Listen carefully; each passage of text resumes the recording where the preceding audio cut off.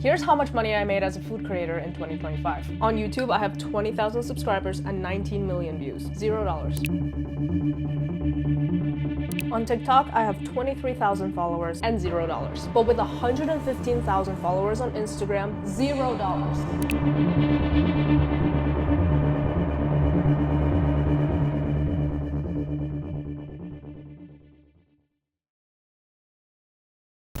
Look at this. YouTube says creators get 55% of ad revenue. They made $36 billion in 2024. So, YouTube paid out $20 billion to creators. Cool. Where's mine? If there's $20 billion worth of payout, And the average creator is generating $1,300.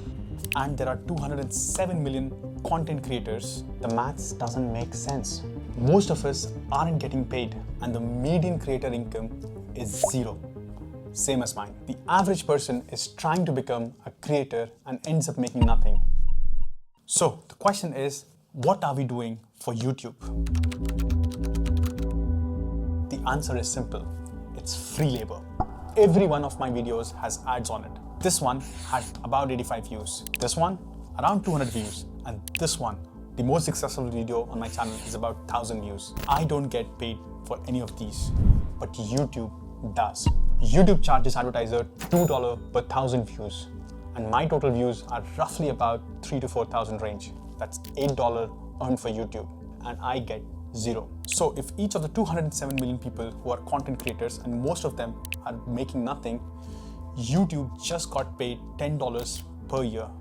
That's $2 billion from free labor. YouTube doesn't need to pay us, and it is making billions of dollars without paying us. And we are making it for free. But here's what I can't figure out. I know I'm making nothing. So why can't I or all the other millions of people stop making? And we continue checking these numbers day in, day out. Here's the deal. On this channel, we spend a lot of time understanding this investigation, getting those facts right for you. All I want is your support in 3 forms. Comment down below if you feel the story made sense or if you disagree. Second, share it with anyone who might enjoy this. And finally, subscribe to the channel. Let's go back to the story. When you start first making content and you get your first 50 odd views, you get excited. Then you upload new videos, and the moment you hit a new milestone, let's say roughly about 500 views, you think, holy shit, I figured out something. And the moment you implement it, the next video goes back to 100 views. So you keep on thinking, what did I do wrong? This creates the most powerful addiction pattern known to behavioral science, the variable reward schedule. To simplify, or to give you an example what that means, slot machines in casino, when you pull the lever, sometimes you win big and usually you lose.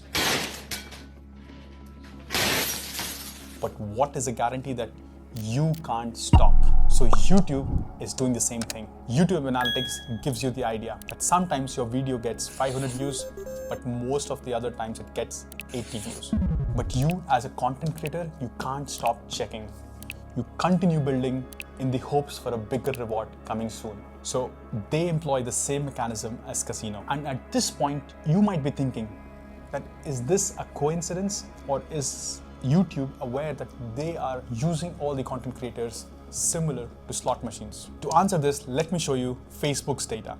Their algorithms exploit the human brain's attraction to divisiveness. Divisiveness basically means disagreement in simple words. So what they uncovered is that if they create a feature that blocks this or that disables divisiveness, their engagement rate will drop by 35 to 40%. So they know exactly what it would cost to turn it off, but they chose not to. And if you think that Facebook is the only one who's trying to keep you onto the platform, let's look at TikTok. TikTok filed a patent for an algorithm that basically is a method for maximizing user engagement through variable reward timing.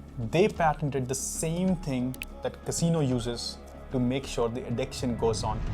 They literally patented the psychology that makes people addicted. Imagine this. A child of 12 years of age cannot go to casino because they expect that the child could get addicted. However, the same child has access to TikTok, and there is no regulation to protect that child. So the real question then comes, what does that actually do to people who are exposed to such addictive content? let me tell you about Desmond Amofa. His online name was Etika, and he live streamed himself breaking down. And then the news broke. A YouTube star who went missing last week has been found dead. Police pulled the body of Desmond Amofa, better known as Etika, from the East River yesterday. They found him near the South Street Seaport. The 29-year-old went missing last week after posting a video apologizing to people he says he let down and saying it was a fun life. He was 29. He had 800,000 subscribers and I have barely 200 subscribers. Yet, we both are exposed to the same level of scrutiny by these platforms. In November 2025, Harvard Business School conducted a study and their conclusion was that the content creators reported as suicidal thoughts of about 10%. So if you think about it, these platforms have designed a system that makes people twice as likely to want to die. Then they patented it and deployed it anyway. And I'm sitting here making free content, competing for the same algorithm to pick my video and show it to everyone. So naturally, you will start thinking, how did we end up here? Your work is going to fill a large part of your life. And the only way to be truly satisfied is to do what you believe is great work. And the only way to do great work is to love what you do. If you haven't found it yet, keep looking and don't settle. 40 million people have watched this. And this is why I think I started. I enjoyed watching investigative content. I also thought that I should make similar content because I enjoy it and I think I love it. And this is where most of us started. But I wanted to know something deeper. What did Steve Jobs actually have when he gave this advice? And here's the famous story. Steve and Woz started Apple in a garage with $1,300 from selling Steve's van and Woz's calculator. And in January 1977, Mike Maracula invested $250,000 plus a $250,000 line of credit. Then came Sequoia Capital and they wrote a check for $600,000. Total in first 2 years, $1.1 million. In today's money, that's about $5.2 million. So Steve Jobs almost started with $5.2 million when he was sure he's going to do this. While most of the creators, just like me, started with zero and we don't expect any revenues anytime soon. So do what you love was an advice from someone with $5 million in backing, and we have been selling it to people with nothing. So if you are asking the question that should you become a creator, here's what it actually takes to do the grind. Each video easily takes 15 to 20 hours to produce, from writing, scripting, shooting, editing.